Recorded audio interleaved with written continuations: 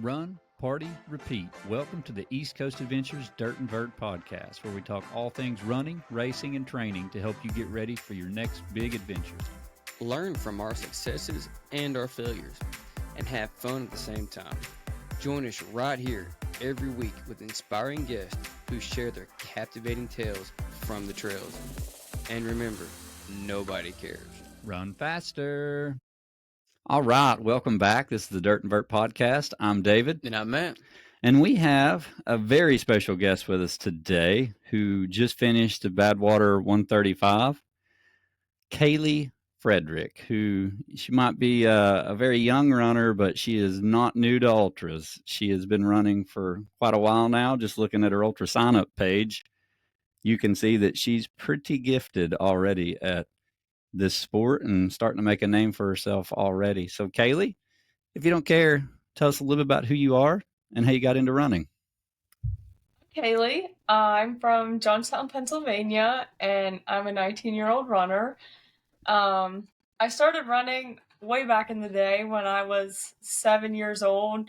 I just ran like 5Ks and 10Ks, and I thought I was the greatest person alive. I was like, look at me running 3.1 miles. And I just liked running. I started to get a little competitive with it. Like some local races, I would start winning as like a 10-year-old, just because I was fast at the time and I had a natural talent for the sport. And then when I was 13, my elementary school music teacher was like, hey, you like to run, let's run this half marathon. And I was like, no, you're crazy. What are you talking about? Because I just didn't know that was a thing. I thought only elite runners, people in the Olympics, stuff like that, could run a half marathon. I didn't know that me as a 13-year-old normal human being could do that. But eventually I decided to run it with her, and I was like, oh, actually that was fun. That was more fun than a 5K. And then I started looking for a marathon, which it was really hard to find a marathon that would let me in because most of them have age limits and you have to be 18. But eventually my friend helped me find one. I was like, oh, that was more fun. And then she was like, 50K or an ultra is only 5 more miles. And I was like, I can run 5 more miles. So I ran a 50K. And then I actually paced her at her first 100-mile race. Crewed and paced her. I did the last 50 miles with her. And I thought she was crazy. And I was like, I didn't know that was humanly possible. But as I was there, basically suffering with her, doing 50 miles with her while she was doing 100, and just seeing all those people out there genuinely doing what wasn't supposed to be humanly possible and pushing themselves and pushing through absolutely everything and fighting their darkest battles and everything. I was like, this is who I want to be. I was like, this is exactly where I belong. And then after that, I ran my first official 50-miler as a 14-year-old. Then I was just waiting until I could finally get a 100-miler under my belt. And I did that when I was 16. And I was like, yeah, this is what I want. This is what I want to be. This is who I want to be, where I want to go with my life. And yeah, ran a 200-miler when I was 17, and then Badwater when I was 18. And then now here we are. Now I'm 19. I'm in Badwater again. Did a few other things. That is awesome. It is awesome. See? Yeah. Should have been running earlier. So you did your first 100-miler when you were 16 years old? Yes. Which 100-miler did you do? Pine Creek Challenge, and it's like up in Wellsboro, Pennsylvania. And how was that? How did you go into that must it? not be... Wow. There's 25 DNFs. And she finished? So that must be a pretty hard... I'm looking at this race now. Pine Creek Challenge. It's not a hard race. It's all a rail trail. It's not a hard race. I mean, 100 miles is hard time. regardless. Yeah, it was really hard at the time. It was miserable, but yeah. Okay. So back to Matt's question: how did that go? Like, how miserable was that? Well, I can tell you a little story about that race. So I was 16 and I had no freaking clue what I was doing. I didn't really know how to train back then. So like I barely trained for the race at all. And then I was running and I was 30 miles in and I was like, oh, my feet hurt. That's so cool. And like I was really bad at fueling and everything back then just because I was new to the sport and I didn't learn things. You just learn from experience, and through screwing it up a bunch of times, I'm still not great at Right. fueling, but back then I had no clue and it was rough. It was really rough. And I met a guy named Peter Y out there, and I'm still friends with him. He's helped me so much, and like he ran with me from mile 30 to 50, and he's probably one of the reasons I like got through that race because he really helped me realize it's okay. We can keep going. Just interval it out, and then I picked up my ma, and she paced me the last 40 miles, and it was a death march. It was awful. Like after mile 70, I could not eat anything. I just could not chew or swallow food. It was bad. I sat at the 1 aid station for like 45 minutes because I was frozen because I didn't have warm enough clothes. Again, just lack of experience. I didn't realize that during the night, whenever you're working so hard, your body like can't hold heat because you're working so hard at moving. Yeah, so I like froze. But fun part of the story, 93 miles in, I just kind of fell on the ground and I just laid in the middle of the trail and like bawled. It was terrible. I was like, I physically cannot move. Like my feet hurt so bad. I could not take another step. People were running past me. And I was just thinking, how the heck are they 93 miles in and they're still running? Like, and I couldn't even walk. I couldn't even move. But in that moment when I was just miserable and crying and I hurt so bad and I couldn't move, I never really thought about quitting. Like I knew no matter what, I would somehow have to muster up the strength to get back up. And then just that moment of getting up and death marching the last 7 miles. Literally, it was probably the slowest 7 miles I've ever done. But just in that moment of knowing that no matter how broken your body is, you can get back up and you can keep going. And so that was like really pivotal in my running career and just realizing that. Pretty amazed that you never thought about quitting, to be honest. Because I mean, you didn't train. You said you didn't train a lot, and your longest race at that point was a 50 miler. Yeah. So and things get real at about mile 80 or 90 in a 100-mile race, and I don't know why, but you can run 100K and you still don't feel the things you feel in a 100-miler. Like there's something about those last 20 miles. It's like a whole nother race. Yeah, there's something about going through the night that you just don't get. You don't get that enough. So did you? So you laid down in the middle of the course and just got your emotions out, and then you got back up and just took off? Very slowly. I didn't run. I walked. Well, but I kept going. I would imagine very slowly. If you weren't eating and fueling, I would say that was the only gear you had. It was miserable. Like, to put things in perspective, the one guy I was telling you, Peter, he ran past me while I was on the ground dying, and he finished an hour and a half before me in 7 miles. So, yeah. You finished, though. Yeah, definitely. I mean, exactly. 16 years old, you've already done a 50-miler and a 100-miler. I mean, I was running like my cross-country 5Ks at 16 and playing basketball. I had no clue about these 100-milers. I mean, to be honest, me and you probably ran our first 100-miler close to the same year. I think my first 100 was 2019, and yours was what, 2020? 2021. 2021, yeah. So we're not too far apart. That's really cool. And your 200-miler, you done the Buckeye Ultra. Wow. Is 89 hours. Is Kimberly is it Kimberly Durst that's the race director? Yeah. Yeah, I think that is Kim's race. Yeah, that's what I thought. Yeah. Just don't look at my time for that one. Hey, Sometimes time doesn't matter. I'll tell you that. It's about the grit of finishing. You got to finish. And there's a lot of people that would take that 89-hour finish over the DNF they got. That's right. Because you can stand back and think like, I toughed that out. That was hard, but I didn't quit. Yeah.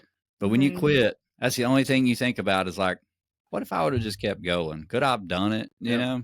So I love that. I love the fact that you don't quit. Like, does it ever, like in that race, that's a long time to be on your feet. Did you ever have any doubt that you were going to finish that race? No, I think the only race that I ever actually thought about quitting was Eastern States, but I didn't. But I thought about it, and that race was just very, very hard. There was an aid station at mile 13. I might have dropped out at mile 13. I was just I was so out of it that race. I was mentally just not there, but I got my life back together later and toughed it out. So, do you have family members that run? Is that kind of how you got started when you were 7 years old, or was it just something that was your passion? Running is pretty much my thing. My mom has always been a huge hiker, and so like she's really good at endurance hiking. She actually just finished the Appalachian Trail. Yeah, and she just started getting into ultra running maybe like a year or two ago. So we're getting her into the sport. See, there is some really good races for her. Like if you're a power hiker and you're really good at hiking, like Cruel Jewel and stuff like that, those races are perfect for people that are power hikers because that's the elevation and just not being able to like fully sprint and run. But that's awesome. So she just finished the AT? Yeah, like 2 weeks ago. Wow, what an accomplishment. That's on my bucket list one day. I got to figure out how I'm going to retire first so that I can do it, but it's on my bucket list. When you figure out how to retire, let me know because I want to retire as well. We can go do it together. Well, that's kind of cool. So your mom now is going to start doing a little bit of ultra running. She's going to get her feet wet. Heck Are y'all going to do a race together? Maybe eventually. Eastern States? Yeah, maybe another race. Yeah, you might want to take it easier on her for that first one. Yeah. So let's talk a little bit about Eastern States. So for that race, at this point you've done a 100-miler, you've done a 200-miler, right? Yep. And then because this is 2023. So then you do Eastern States. Why was it the race that made you want to quit? Like, was it that hard or were you just not in it? A little bit of both. It was my own fault. Eastern States last year was about a month or so. It was like a month after Badwater. So in that month, I had a training block with trails and heavy vert, and then I was like, I ran Badwater. I don't need to do it. Like, I was just enjoying my highs from Badwater, and so I didn't train the way I should have leading up to the race, and that just kind of killed me because I got on the course and then I was like, oh crap, like these climbs are legit. They're for real. They're hard climbs in the beginning. Like half of the elevation in the entire race is in the first 50K. You do over 10,000 feet of elevation in the first like 20 miles. And that just very much caught me off guard. And I was running and I'm like 10 miles in. And I'm like, I don't want to walk all day. I'm walking up this mountain and I'm like, this sucks. Like, I don't want to do this. But like, it was just rough. I was mentally not in the space to run 100 miles. And then I was like, I still have 90 more miles to go. That's cool. Great. But after the first 20 miles, by like mile 30 or so, I think I like mentally reset and got where I needed to be. It was just pushing through that first very hard part that like I had to work through. Yeah, it's amazing I got my own piece of humble pie not too long ago, but it's amazing. Like, no matter how well you do or what you do in your previous race, that next race, you can just be brought back to reality real quick. Well, I mean, it got me from when we did Vol State when I signed up for Georgia Jewel. I'm like, I just ran 350 miles across the state, open, hot. I can go do 100 miles on trails, and I get out there and I was like, yeah, this ain't gonna be a good day. And so I hiked talk about for another hard race. hiked for 30 hours. Yep. So Have you done that one? No, I've seen it. I've seen the elevation on it. It's a fun one. Good race directors. Yeah. Good people. So now let's get into another race that, if you've done Badwater, obviously the year before, and looks like you've done this race this year and Badwater, which is impressive. But you did the Keys Ultra. That's a pretty hard race too in that heat. How did that go? So that race you're required to have a crew, and I actually ran it with two other athletes, so we had to share a crew. So I had to run their pace, and I was just I just ran their pace, so it was a little slower than I probably could have gone if I was myself. But like, they're both really great people. Keith actually had to drop out at like mile 63, so then it was just Amy and I, and we finished. It was hot, it was humid, but we finished it. So that's awesome. That's a really, I love that race. I think it's really cool. I've never ran it, but we've got a friend on our team. Cindy did that one. Cindy, yeah, she's ran it and she loved it. Yeah. Yeah, I would like to run it again and see how fast I can actually do the course, because I mean, it's a flat course. It's a beautiful course, and I would just like to see how fast I can go. That's well, she's gonna do it next year. I can already hear it in her voice. Maybe. Well, and you had a really good. I mean, I realize you didn't run your own pace, but you still had a decent time. I mean, 30 hours. I definitely would like to see what you do when you actually run it for your own time. Now, Badwater. Let's talk about this for a minute. So you've done Badwater what, twice now? Yes. And I was trying to find your previous time. 40 hours and 6 minutes. Okay. Mm-hmm. So you shaved 4 hours off of your time in 1 year. Yeah. Wow. Well, tell us about Badwater. So, and I want to hear all about it. So, from lining up to that start line and what your plan was and training was and how it went. Like this year's Badwater? Yes. All right. So, this year didn't go 100% as planned. Does any race? No, not really. My A goal, if everything goes perfectly, I really wanted to run 33 hours. And my B goal that was like, this is actually realistically what I can probably do, was 36 hours. But I really, really, really wanted to run 33 hours, and I was on pace for it. Everything was going great the first 68 miles. Like, I was in the 9 o'clock wave. I was super excited. It actually rained at the start, which made it humid. And then we had 45-mile-per-hour headwinds the first 17 miles. So that was cool. It was not great to run in. No. Yeah, it wasn't great, but it was okay. I felt good, and I was moving well. I was hitting my splits where I needed to be. And then the first climb is Town Pass, mile 42 to 42. It's 17 miles, whatever that math is. 59. Yep, that far. That many. Yeah, he's the math guy. Yeah, and it went really well, way better than last year. I was doing 5-1 walk run. So I was power hiking 140 seconds and then running 20 seconds. And I demolished that climb. I'm telling y'all, I passed so many people, and I felt like I wasn't even burning energy because I was walking most of it.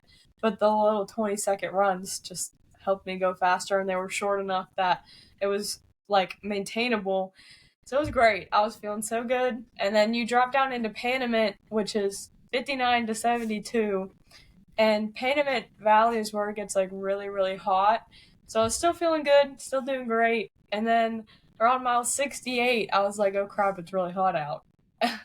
And then I went into Panamint and I was like 10 minutes ahead of my splits, I think. Something like that. I was like right around where I wanted to be. But then my core temperature decided to go all over the place and I just couldn't control it. And this was my own fault, but at Panamint, I, instead of like sitting at Panamint and like the air conditioning and getting my core temperature back down, I was like, I gotta go. Like, I'm losing my time, I'm losing my 33 hours, I have to go. And then going up the next climb immediately out of Panamint, it's like an 8 or 10 mile climb up Father Crowley. It's like up to mile 80. And then I just couldn't control my body temperature. Like, I had to keep stopping and getting in the van. So I was just wasting so much time. And then I realized, like, I'm not going to finish in 33 hours. And then mentally, it felt like 60 miles that it mentally took me to get over that.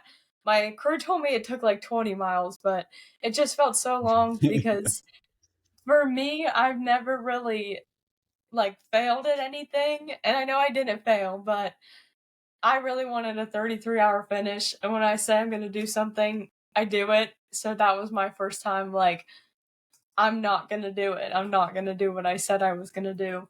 And like looking back, like I should have just stopped and got my body where I needed it to be and then made up the time later. But I mean, you live and you learn, and the grass is always greener. I could have fixed that, and then something else could have gone wrong later because I pushed too hard or something. Like, you have no idea on that many miles, but No. yeah, And it was, that heat. yeah, and it was difficult, but we still finished, and I still did do better than last year by a decent bit. So that's always really cool. I barfed my guts out at mile 90. That was kind of gross. But, you know, it happens. It happens when you're out there, you know? Oh yeah, It yeah. happens. Every ultra, Yeah, someone's gonna throw up. It's yeah. happened. He basically throws up in every ultra. Every ultra. It's usually him. It's okay. So what Happens. got your stomach? Was it overheating or was it food? I think there was, from the time that my core temperature at like mile 78 got all screwed up, I think I just stopped digesting food. So I kept fueling and I kept putting stuff in, but I wasn't actually digesting any of it. So it was all just sitting there. Mm. And then I said, I was running with Andrew, my pacer at the time. I just said to him, I was like, you know, my stomach hurts a little bit. And then I was like, can I get Pepto from the crew van? And we got to the van and they got me Pepto. And I stopped and I was like, my stomach hurts. And he's like, you're fine, you're moving fine. And I was like, hey, y'all just back up quick. Like, I think I'm gonna throw up. And then there we were. Well, at least you gave him a warning. Yeah, I was like, it's about to happen. It's coming. Yeah. It's coming. Love that. So you come to terms with the fact that you're not going to get your 33-hour goal. It took you 20 to 60 miles to get over it, somewhere in between. But when you finally did get over it, at what point were you able to like get back to running and moving good, or did you just fight that the whole time to the end? I really just fought it the whole time because I was working so hard mentally that I didn't have a lot left physically. And it took so long to just come to terms with that. I'm still processing it now when it's been a month. So it just took so much out of me. And then I don't want it to sound like it was a bad experience because it wasn't. It was still Badwater and it was still amazing. And there were things I could have done better and things I should have done better, but it was still Badwater. And like the last half marathon is a climb. You just climb for 13 miles up to the finish, but it's genuinely so beautiful. And I just have to keep reminding myself, like, as I was running, I said to my crew, I was like, I'm not even going to be proud of this finish, but I was like, bro, it's Badwater. Like, what am I talking about? So I just had to, like, remind myself, like, tons of people wish that could get into this race, and like tons of people drop out of this race. So it's like I just had to remember that I love running. And most of the time for me, that's why I run, and I run because I love it. And that was kind of the issue in this race, is I lost that balance, because as I'm getting older and faster, I do want to start competing and running faster, but I can't worry so much about that I lose just the pure joy and fascination and passion for running. That's well said, and you're spot on. At least you're figuring that out sooner than later. Definitely. Because it's we all struggle with that. With you have some good races and you have some good results, and you feel like you're growing every race, like learning something and getting better, and then you have a bad race and you're like worse than any of your other races, and you're like, well, I'm terrible. Like, what happened? Yep. And you have to step back and realize that, like, it's going to happen. Like, you can't expect every 100-mile race or every 50-mile race to go perfect. Mm-hmm. The good thing is, though, is like you become more open to that big goal when that stuff happens, and you'll recognize it. And I made the same mistake last year. Mm-hmm. The one exact mistake you just talked about. We're running Ball State, and I'm like 180 miles in. It's like day 2 or 3. I don't know. Might not have been that far, but I was so I was like you. Like, I was not happy. I'd already missed my goal. I was like walking. I was just irritated, and then finally I just went to sleep for like 8 hours. And I woke up like a brand new person, and I ran, the rest of the race in like a day and a half and finished it, and was in such a good mood. But just like you were saying, if you would have stopped and, took care of yourself, cooled down, you could have probably made up time. But we all make that same mistake of like, oh, I can just tough this out. It's fine. I got this. I'm going to keep going. I don't want to waste time. Mm-hmm. Usually that decision ends up taking more time and making the experience harder. You get something from it. You grow and you learn and you become grittier. But you also, like you said, you're still processing, like, I should have stopped and took care of myself, and then I could have made time up. And I make that mistake a lot.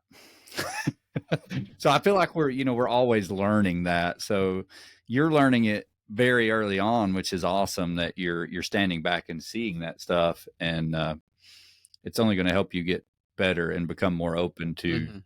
And that's the thing, like most 100-mile races and plus, it's not always who's having the best race. It's who can adapt and change and fix themselves. I've seen a lot of people blow up in long races, and somehow they manage to fix themselves and come back and win.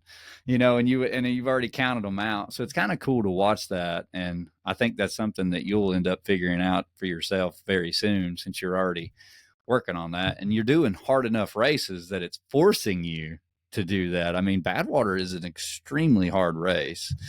So I think it's really cool. What did that feel like when you crossed the finish line after all of that, and when you're 36 hours, like when you finally get to the finish line after throwing up everywhere at mile 90 and going on through, like, was it like, were you happy or were you upset that you didn't hit that 33 hours? It was a mix of everything. I know, like last year at Badwater, crossing the finish line was probably one of the greatest moments of my entire life, just because everyone was so hyped up, and like it was just the most surreal experience. Like everything was amazing, just because there was so much hype because I was 18 and everything. And then this year coming back, whenever I had an actual time goal, and I was trying to push myself, obviously harder than I did last year. I was happy with my finish. I was happy that it was faster, but I also just know that I was capable of a lot more. And so that was just fresh on my mind, that I could have done more and I should have done more. But like I said, it was still great, and I'm still so thankful for the opportunity.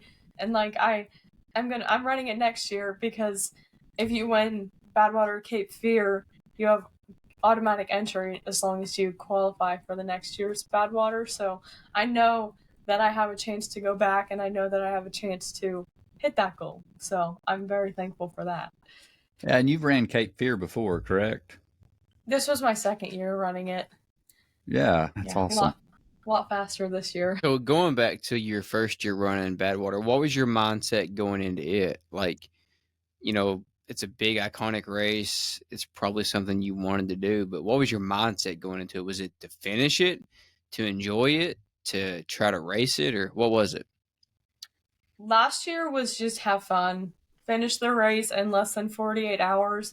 I originally was like 40 hours would be cool, but I don't want to know my splits. As long as I'm on pace to finish, I'm happy. And I ended up still hitting 40 hours without trying, like keeping track of my pace or anything. Last year I was genuinely just there for the experience and to just soak everything in. People said like whenever they saw me, even on the second night when I was struggling, I was still just smiling the entire time because last year like I knew that I was literally living my dream, and I knew that when I was so tired and when I was miserable, that's exactly what I wanted because I know that the highs and lows come with ultra running. So I was just so grateful for every experience and every single high and every single low. I just remember, especially, I talk a lot about the last 3.6 miles. You hit a checkpoint and then you literally have like a 5K to finish. And the whole time going up that climb, I just kept saying, like, look out there, you can see the road for miles and miles where you came from, out like at like the whole desert floor. And I was like, my belt buckle is in 3 miles and I'm going to get it. And I just kept saying that stuff on repeat. And like, God is so good because that's all I could think about. That life was so surreal and I was living my dream and I was just so thankful to be there. Yeah, what an accomplishment. I mean, you've Yeah. already got 2 belt buckles from Badwater. Yeah. So when you were 16, did you like walk into school with your belt buckle? No, I could barely walk up the stairs. I said to my teachers, I was like, if I'm late for class, I'm coming as fast as I can. I was like, I'm sorry if I'm late. I'm trying. Did What about the kids, like your other, students or your friends there? What do they think about you running a 100-mile race? I feel like most people my age can't really grasp it. Like, Yeah. I feel like in general, unless you've actually done it, it's really hard to actually know what it takes and know how mentally strong you have to be and know how gritty you have to be to put up with that physical pain. So I feel like it's just hard for them to grasp. 100 miles, I don't even like to drive that far. I still hear that today. Yeah. Every time I say, like, yeah, I don't want to drive that far. I'm like, well, I don't either. I'd rather run. Well, Yeah. and the thing too is like it teaches you patience. Um, that's the biggest thing I've taken from like 100 milers plus is like things that happen in your life. You just kind of stand back and you're like, yeah, I'll figure it out. And I wasn't always like that till I started running, these longer distances because it kind of brings you like there's no matter what happens, you can work through it. Mm-hmm. And it just kind of makes you so I almost feel like probably at the age of 16, you were probably already more mature than most people just because of that. Like it teaches you not to overreact. It teaches you to like stand back and like, I can fix this. I can work through this. And the fact that you didn't quit in your 100 miler already shows that you were doing that because things didn't go as planned, obviously. But you never gave up. And that's just really cool. And I don't think you see that a lot. With people that do their first 100-mile races, if things get really, really hard, there's some people that still never finish their first 100-mile race. Yeah. And for you to finish it at the age of 16, your very first try, and then go do Badwater 2 times, do a 200-mile race. And like you just said, I skipped right over this, but I mean, you won Badwater Cape Fear, 51.4 miles. That's pretty impressive. So you've obviously built up a very good endurance motor, but you've also figured out how to work through things that may hurt, because regardless if it's 50 miles or 100 miles, it's all relative to how hard you're running. Things are going to hurt. Mhm. And I would imagine that 51 miles at Cape Fear probably hurt. It hurt, but I wanted to win. I wanted to win, so. Yeah. So were you like, when did you realize you were going to win that race? Well, so you run 13 miles on the road, and then it's 2 out and backs on the beach. It's 19 miles, like, out and back, and you do that twice. And I didn't know what place I was in, but I knew I would find out on the out and back because I would see where I was at. And I realized I was half a mile behind the first place woman on the first out and back. And I just told myself, don't go. I was like, don't kick, just run your speed. Like, you'll catch her later. And so I didn't. Like, I just kept running my pace. And then on the way back, from that first out and back, I just slowly started to catch her. And then when we got back onto the road to, like, go into the aid station, which was also where the finish was at, I was, like, literally right behind her. We basically ran into the aid station at the same time. And then I saw my ma there, and I was like, Ma, it hurts, but I want to win, and I'm going to win. And then I left the aid station before her. But then on the out and back, I was half a mile ahead of her, and I just thought to myself, last lap, I made up a half a mile. This lap, she can make up a half a mile. So I knew that I couldn't, like, stop because I didn't know her. I don't know how she finishes races.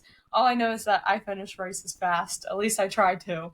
So I knew that I literally couldn't stop pushing because she could catch me at any moment, and I wasn't going to let that happen.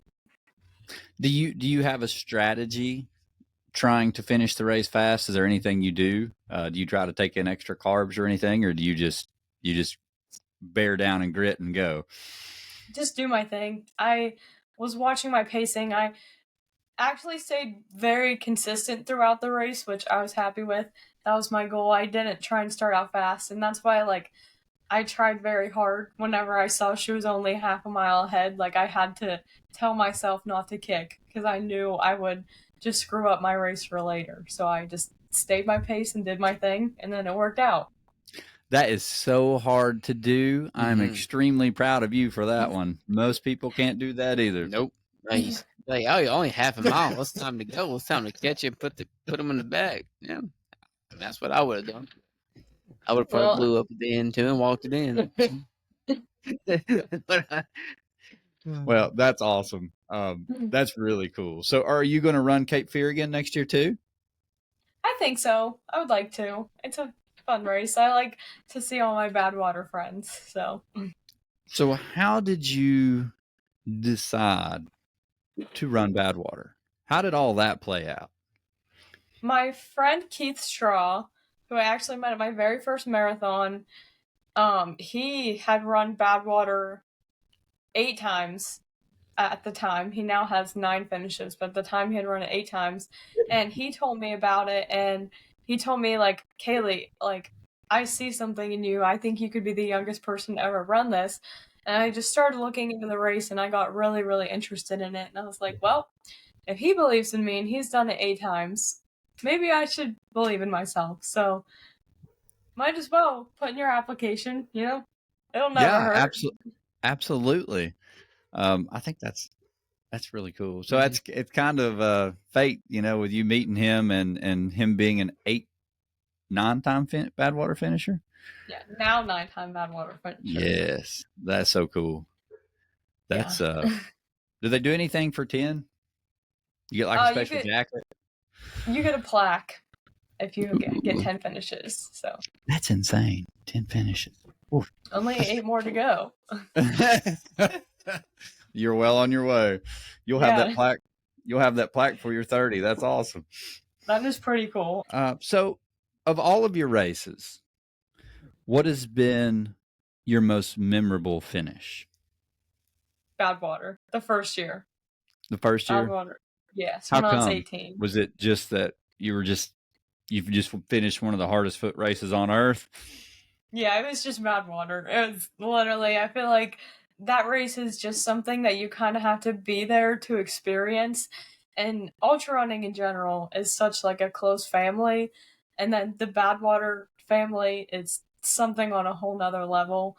And to just have all these people there that genuinely wanted to see me finish and supporting me and just being there for me, it was so great to just run across the finish line and know that, like, we just freaking did this thing. It was amazing. That is funny. It is very much a small community, and I love that you said that because it made me remember I was having a conversation with my girlfriend like 2 or 3 weeks ago, and I was like, this sport is like growing. I was like, there are so many people that run ultras now, and I was like, literally, and the funny thing is, it's like your perspective changes because you were probably the same way, but all of my friends on social media are ultra runners. Yeah.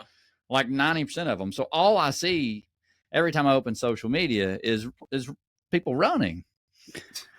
And she's like, there's really not that many. And I was like, well, I don't know. I just feel like there is. And so we looked it up, or she looked it up, and while we were talking, and it's 0.7% of the population.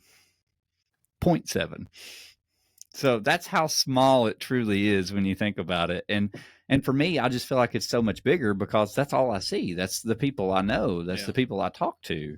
I think it's growing too. I think over time, like even in our community, it's growing like, wildly. So, and good. obviously, I mean, we've got a 16-year-old 100-mile finisher.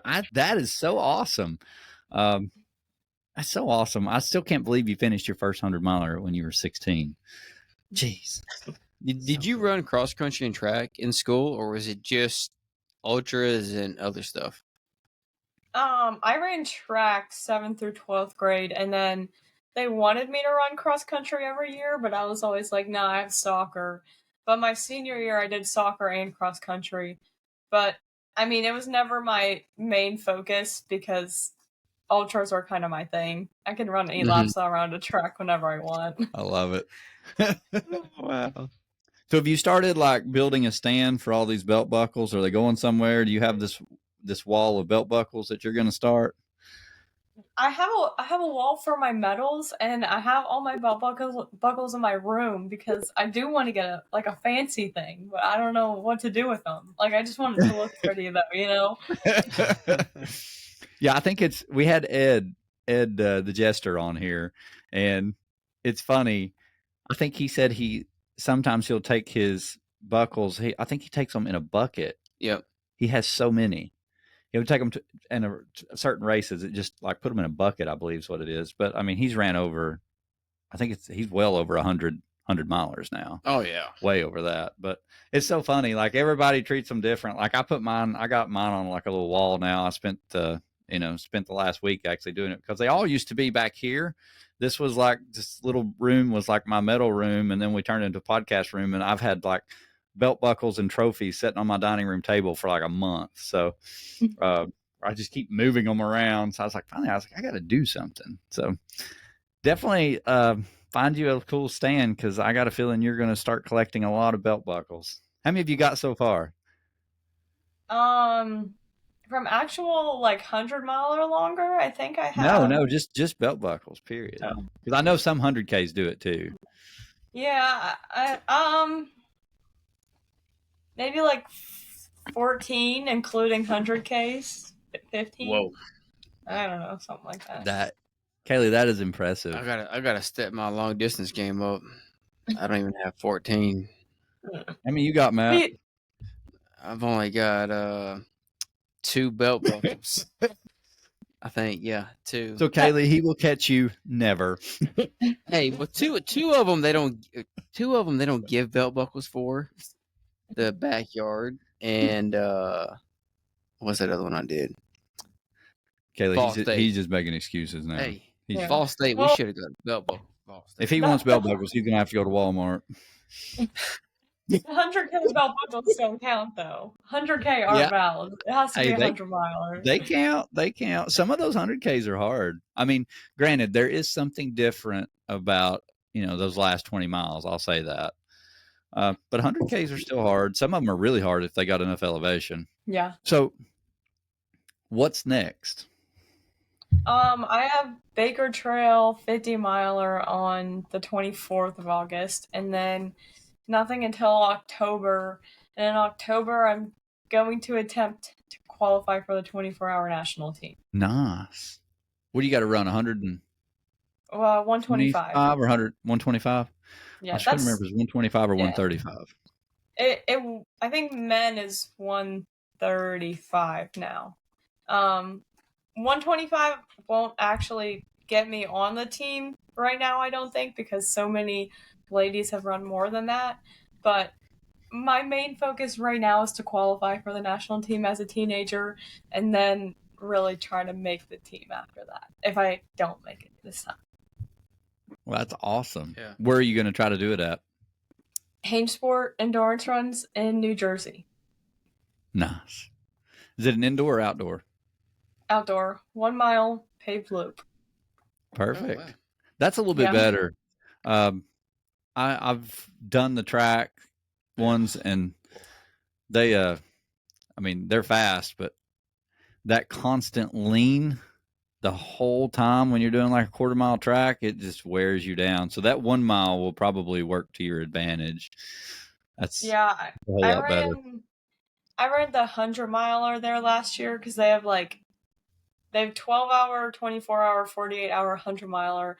I did the 100-miler, and I actually did really well for me. I ran an 18:10, so I'm gonna just try and run the course the same way, but for another 6 hours. Yeah, what can go wrong? Right? Yeah. Nope. Don't know till you throw it all out there. Yeah, you're right. Yeah. You'll at least get 100. Hopefully. Exactly. Yeah. Well, I need 125. Well, the good news is you've already ran that, so you know what it's going to feel like. Mm-hmm. What do you think has been? What do you think has been your hardest race?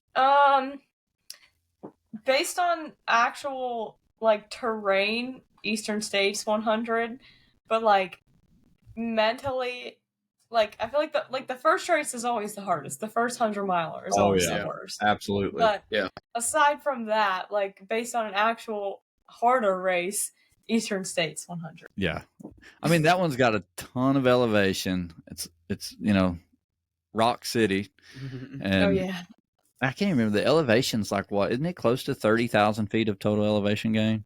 Oh gosh, no, it's 22 or something. 22. Okay. Yeah, I thought it was close to 30, but maybe I'm thinking of something else. Either way, that's still a lot of elevation. Feels like it's close to 30. Especially with the rocks and stuff. I mean, that makes a huge difference. Yeah. It poured all night too, so that was fun. Oh, did it really? Yeah, it was miserable. So what's the worst thing that's happened to you in a race that you've had to deal with? No, the wheels are turning. I've never been asked that question, actually. I don't even know. I feel like really? I don't know, because nothing bad has ever really I've never gotten majorly lost in a race. I've gotten off course in a couple of races, but then I was like, oh, there's no trail markings, let's go the other way. Stuff like that, but I've never actually had anything bad happen. That's good. Yeah. So probably the worst thing that's happened is the mile 90, just puking and trying to get back on track. Would you say that's probably the worst thing? Yeah, I mean, just stuff like that, but I feel like that's not even I feel like that's just ultra running. That just happens. Right. It's not out of the ordinary.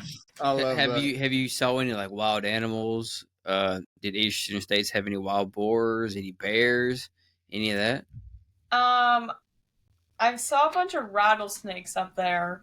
I saw a bear on Laurel Highlands. Seen a couple porcupines. Nothing too crazy. Oh, that's awesome. I've never saw a porcupine. No. That's cool. They're kind of cute, actually. When they're not all whenever their quills are down. Yeah. Don't get near it when it's doing that. Yeah, really. They'll make them mad. So, do you have a coach, or do you do all your own training?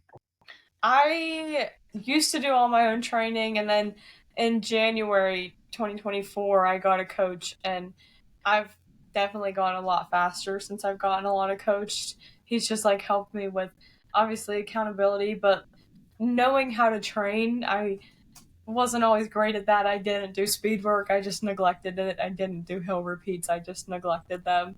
So just having someone to just tell me what to do makes it a lot easier. Yeah, and also holding you back sometimes too. Like keeping you in check. That's something that we all have a problem with sometimes is overdoing it. But Yeah, he definitely. speed work and hill work, it's so important if you're actually trying to get faster. So Mhm. looks like it's paying off. I mean, Cape Fear went pretty good. Yeah, for sure. I mean, I raced a lot in 2023. I did 20 ultras in 2023 because I was Wow. like, I'm 18. I'm doing what I want. No one can tell me not to. So I just raced like crazy. I was racing like every weekend or every other weekend. And then this year, I've definitely come back a lot because my coach was like, hey, if you want to get fast, we need to train, not just race. And I was like, Yes. okay. I've Okay. been told that myself. I'm doing Welcome to much the better at club. that. I'm doing much better at that. 20 is a lot. Have you had to battle any injuries? Nothing major. Like last year, well, when I started running, I had some like knee stuff just with like my ITB and my kneecap were like hitting, but we fixed that. Last year a little bit I had some Achilles stuff, but we fixed that. And then in December I ran track for the college I'm at.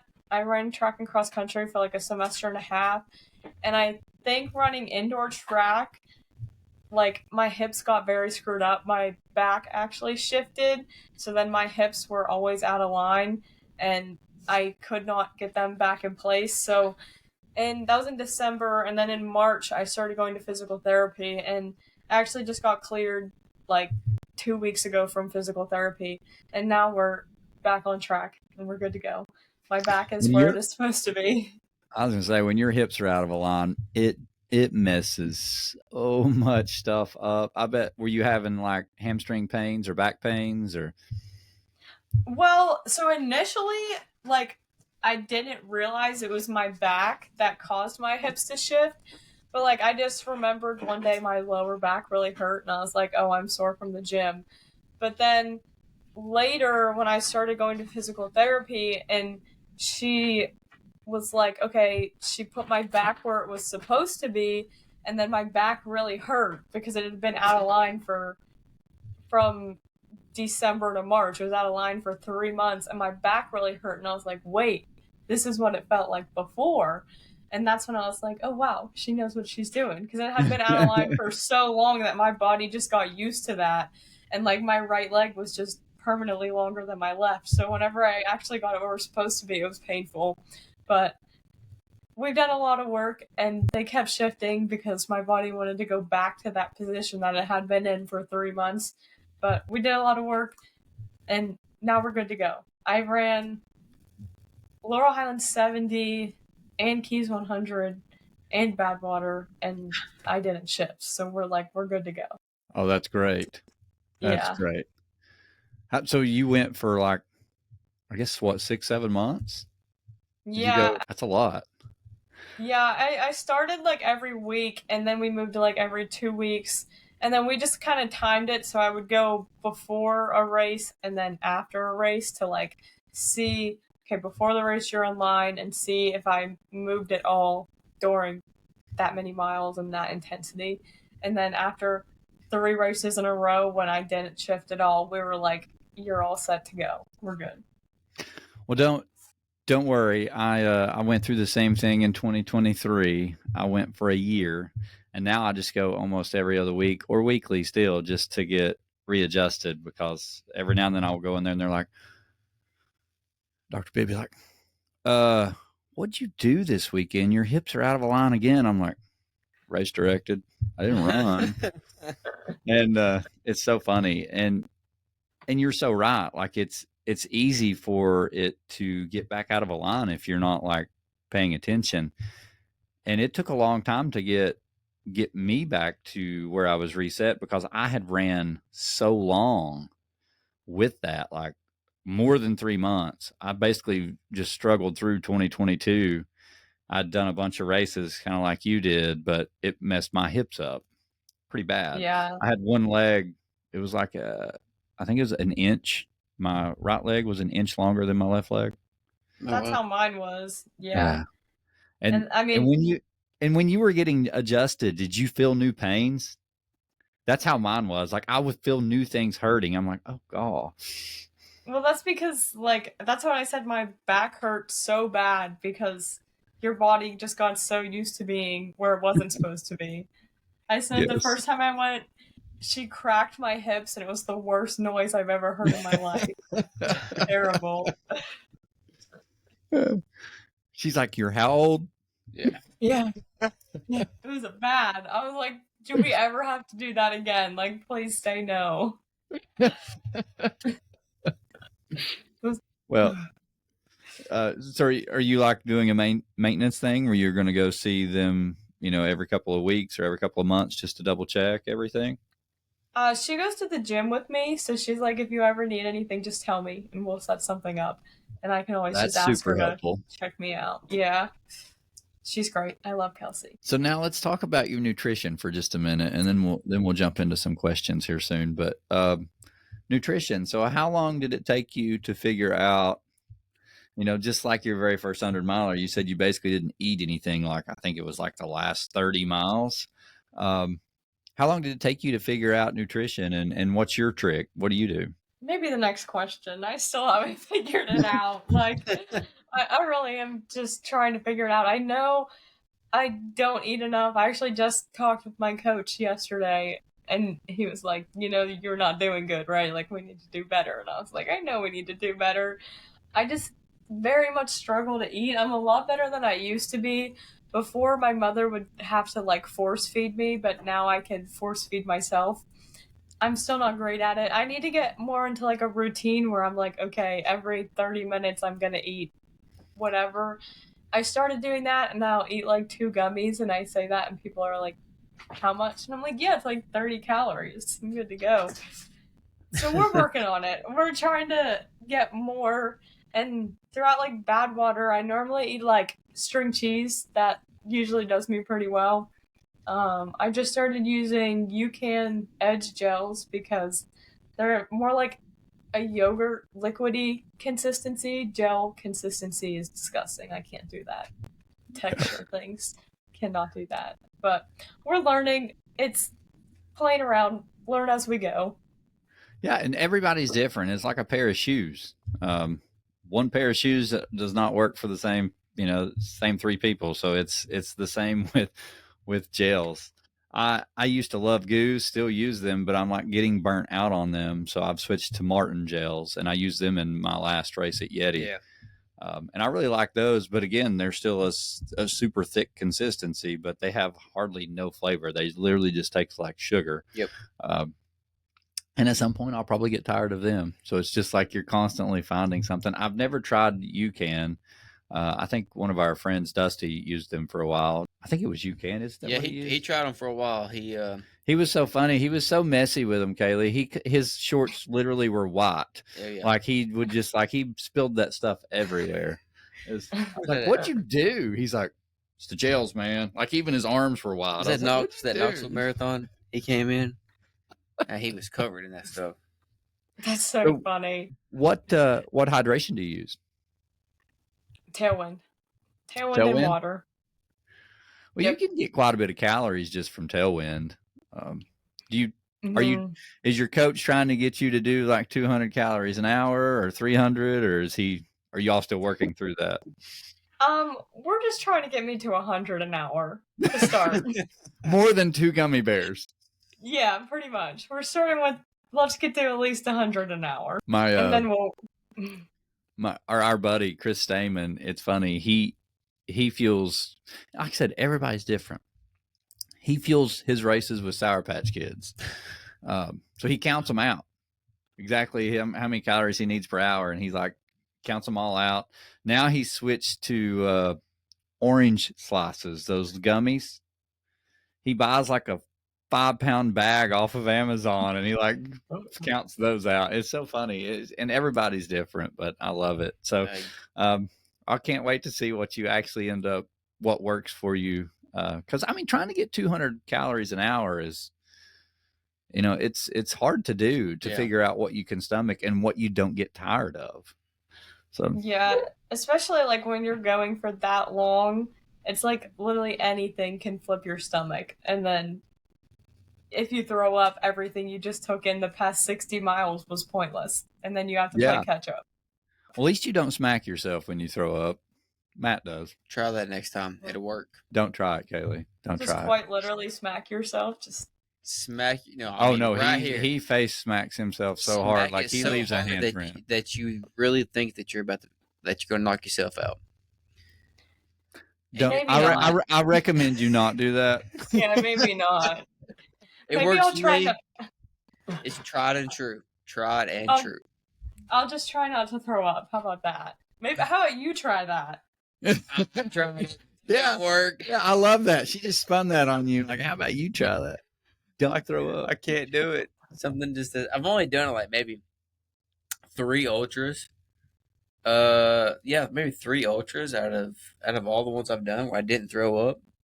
And I don't know. Haven't figured that part out yet where I can't throw up. So you know what I think's really cool, Kaylee, is also the fact that you have 10 trophies. So you've got multiple podiums and a couple of course records. That alone shows, your progression and your talent. So I think you got a huge, long career, as long as you take care of your body and you get more than 2 gummy bears. That's going to be extremely important in taking care of yourself. You're going to have to be able to get those 200 calories an hour at least.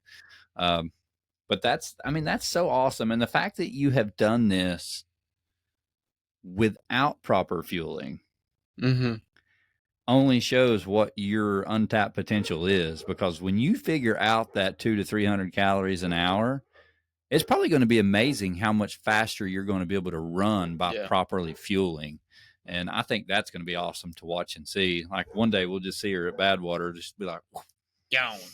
So I think that's really cool. It's a huge opportunity, man. So cool. So of all of your races that you've done so far, do you still have a bucket list race? One that you've not done that you really want to? Man, there's so many. So many. I love that answer. So what's your next big race you're planning on? Like in the next few years, that would be different. If I could get into Western, that would be cool. But that also is lottery, so who knows what's going to happen with that. Yeah. Or Barkley. Barkley could be cool. Oh, there you go. There we go. You could always try the Barkley Fall Classic. That's a fun one to do. Mm-hmm. I've done it a few years ago just to see what it was like. That's an experience in itself to prepare you for the big one. Yeah, I should probably do that. I'll have to get on that. Yeah, it's usually, I think it's it's the 3rd week of September every year. 21st. So maybe that could go on your list for next year. Yeah, for sure. Not this year. My coach would kill me because I have my 24-hour stuff in October, but it's okay. Okay. Yeah, I mean, you're supposed to be racing a little less, right? So you could train. Yeah. Yeah, whatever. So, Kaylee, let's start you off with the very first question here, and then we'll turn it over to Matt for the listener questions. But, we asked this question to every listener, and you've kind of already hit on it, but let's hear a little bit more about it. And that is why? Why do you run? Like when everything's so hard and you're puking at mile 90 or you're laying on the ground crying at mile 90, why keep going? All right, so we got a little back story that we didn't get to. When I was 6 years old, I actually lost my father in a car accident. So when I was very young, obviously I had to deal with all of that, and then that emotional trauma, even now that I'm 19, and I'm actually processing it. I didn't really start processing it until I was like 13, which is whenever I started getting into distance running, and it really helped me work through a lot of that. And if I can deal with that emotional pain, the physical pain's really not. It's really nothing compared to stuff like that. So it's not hard. I mean, it's hard, but if you can deal with a dead dad, I can run 100 miles, you know? So Yeah. just working through stuff like that. And now I'm just really trying to like make him proud, you know, make my family proud. Be out here for something bigger than yourself. Well, I would imagine that they're all extremely proud of you, and I can only imagine what your dad thinks at this point because looking down on you, he's probably impressed. Of who would have thought of their 16-year-old daughter running a 100-mile race or turning around and winning a 51-mile race. Like that's so cool. I'm sure your family's just extremely proud of and impressed by what you're doing, but not only your family, Kelly, I mean, people around you. Mm-hmm. It's really cool. I mean, that's why we got you on this podcast. We wanted to learn about you when we saw your accomplishments, and it's pretty amazing. So the way that you have handled all of that, throughout from losing your dad to how you've gotten into ultra running and how you deal with your emotions, it shows a level of maturity that's beyond a 16-year-old or a 19-year-old. So continue to be who you are because you're going to help a lot of people. Yeah. And you're going to meet a lot of amazing people, but you're also going to rub off on them and they're going to see how special you are. So continue to do that. That's the goal. Hopefully inspire someone one day, you know? Oh, I have no doubt. I'm sure you've already inspired several girls that are younger watching this. So and watching you run. So that's what's really cool is like, you're not even 20 years old and you're getting your name out there, and some of these young girls are going to see this, and hopefully it brings them into the sport even earlier.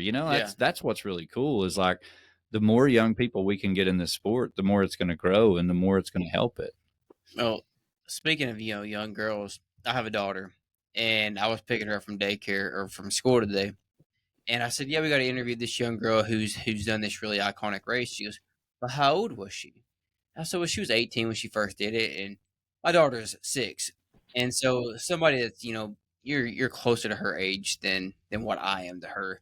So she's like, "Oh, that's really cool." So, like like you said, you're going to inspire kids and younger people to actually see that they can do that, and not just seeing people in their 30s and 40s, but people in their 18, 19, which is awesome. Yeah, Yeah, and that's the cool. fact that you did your first race and didn't retire. My daughter did like a 17-mile trail race when she was like 11 or 12, and she retired that day. So It happens. It's okay. well, Matt, we will turn it over to you, sir. Okay. The first question we have, and this is through Facebook, that says, what inspired you or motivated you to take on such a audacious goal in completing Firewater or Badwater? Sorry. Badwater. I assumed that much. Just kind of wanting to see what the limits are. Like how much can I really do? How far can I really go? Find out. And I mean, I guess not the limit. you're still trying to find that, so that's awesome. Yeah. All right. Why did you get into ultras at such a young age? I mean, we kind of touched on that, but just I found running when I was younger than most people probably do, and then when I was introduced to the sport, like when I was 14 and I recruited that race, I just immediately knew that that was who I wanted to become, and it's such an amazing community. Like, I don't really have a lot of friends my age at all, just because I like to run. I like to do things they don't like to do. And whenever I found the running community, they just welcomed me with open arms, and it was just so great to find a supportive community like that. And they're all doing what I love to do, so they're pretty cool people to hang around. That's absolutely it. That's awesome. Of all ages, too. You just meet some really cool people. Oh, yeah. Do you have a specific strength plan? I go to CrossFit 5 days a week, so I'm always Do you cross training. really? Wow. Yes. I'm actually a CrossFit coach too. So Are you really? Whoa. yeah, Well, that is really cool, Kaylee. So you CrossFit 5 days a week. And how many days a week do you run? usually 6 or 7. No time off. We tried CrossFit for a few weeks and we said, no. We CrossFit's switched it back. great. We switched it back to other stuff. How many miles do you put up per week? It depends like what I'm building up towards, but like before Badwater, I think my peak training week was like 75, not during a race week, just straight training. But usually I'm around 55 to 65. Yeah, that's good. Yeah. Oh, let's see. We've already touched on your hardest ultra, your favorite hydration. What has been your favorite distance so far? 50 milers are cool. You can run them hard, you can make it hurt, and then you can go home and sleep. You don't have to be out all night. I agree with that statement. That's not bad. Yeah. I did. Yeah, I have to agree. Yep. Now we got a few questions here, or a question. We've already covered most of them. Just our regular questions. What shoes do you wear during the ultras? Road races, Saucony Endorphin Shift 2. Trail races, Brooks Cascadia 16. Huh.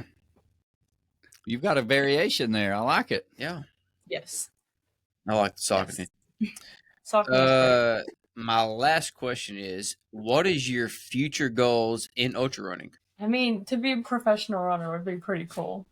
Be like Courtney DeWalter one day. Well, I think you're well on your way to that. You're ahead of the game.